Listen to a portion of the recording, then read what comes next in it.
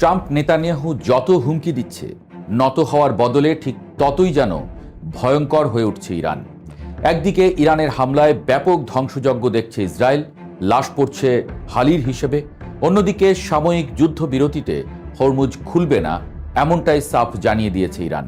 দশকের পর দশক ধরে চলে আসা স্নায়ুযুদ্ধ আর ছায়াযুদ্ধের খোলস ছেড়ে বেরিয়ে এসে এবার সরাসরি রণমূর্তিতে অবতীর্ণ হয়েছে তেহরান।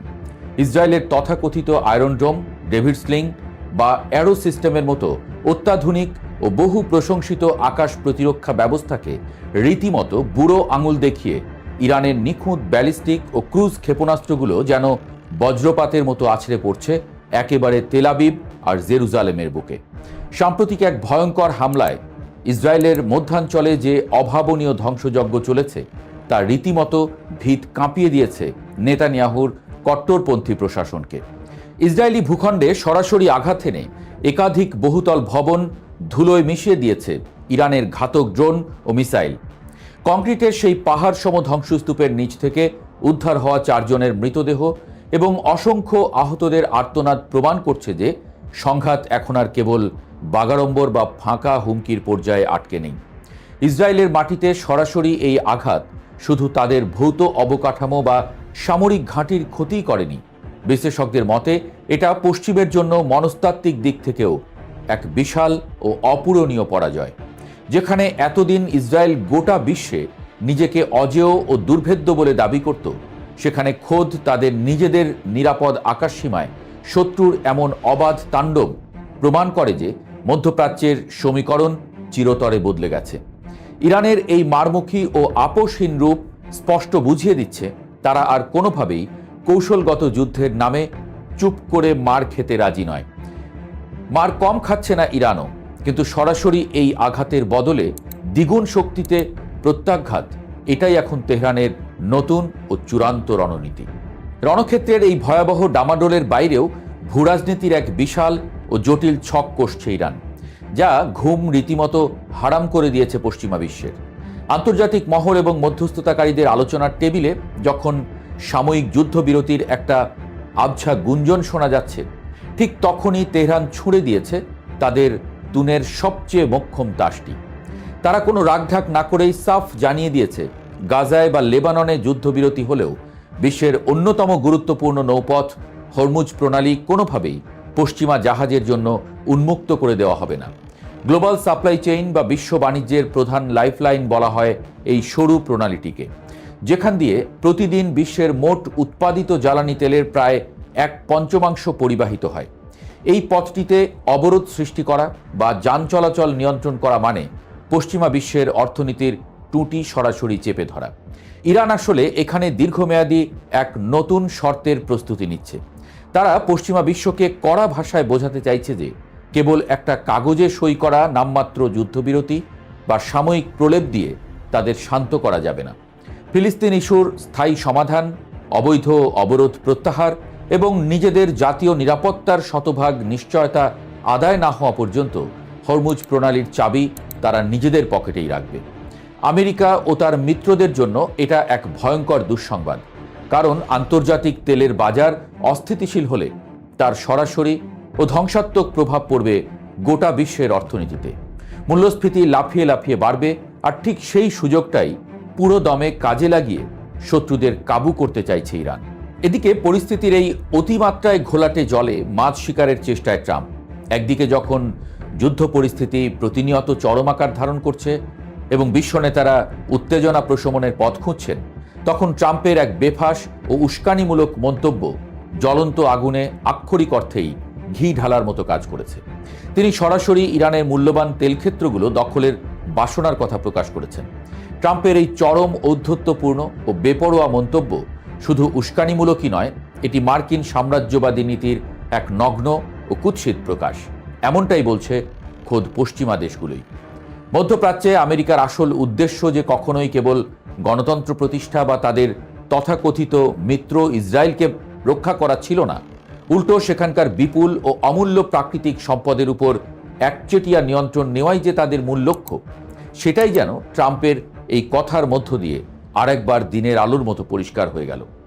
কিন্তু ইরানও আজ আর সেই কয়েক দশক আগের দুর্বল অবস্থানে নেই যে চাইলেই পরাশক্তিগুলো এসে তাদের সম্পদ লুট করে নিয়ে যাবে।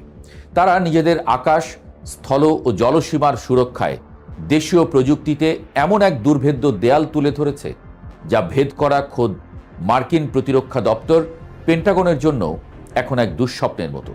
ট্রাম্পের এই আগ্রাসী হুমকিকে তেহরান খুব একটা ধর্তব্যের মধ্যে আনছে না, উল্টো এটিকে তারা পশ্চিমা বিশ্বের ক্রমাগত ব্যর্থতা এবং চরম হতাশার বহিঃপ্রকাশ হিসেবেই দেখছে।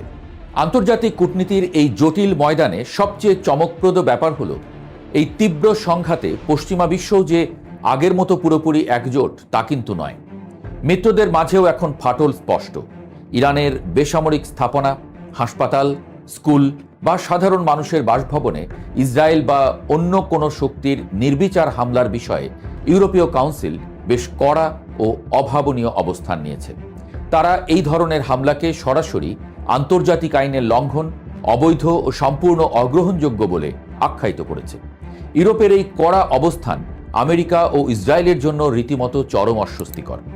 ঐতিহাসিকভাবে মধ্যপ্রাচ্য ইস্যুতে আমেরিকা এবং ইউরোপ সর্বদা একই সুরে কথা বলে অভ্যস্ত, কিন্তু এবার ইরানের বেসামরিক নাগরিকদের জীবন ও অবকাঠামোর উপরে আঘাত নিয়ে ইউরোপের এই ভিন্ন এবং প্রতিবাদী সুর প্রমাণ করে যে আন্তর্জাতিক মহলেও ইসরায়েলের লাগামহীন আগ্রাসী নীতির বিরুদ্ধে একটা প্রচ্ছন্ন ক্ষোভ ও বিরক্তি তৈরি হচ্ছে।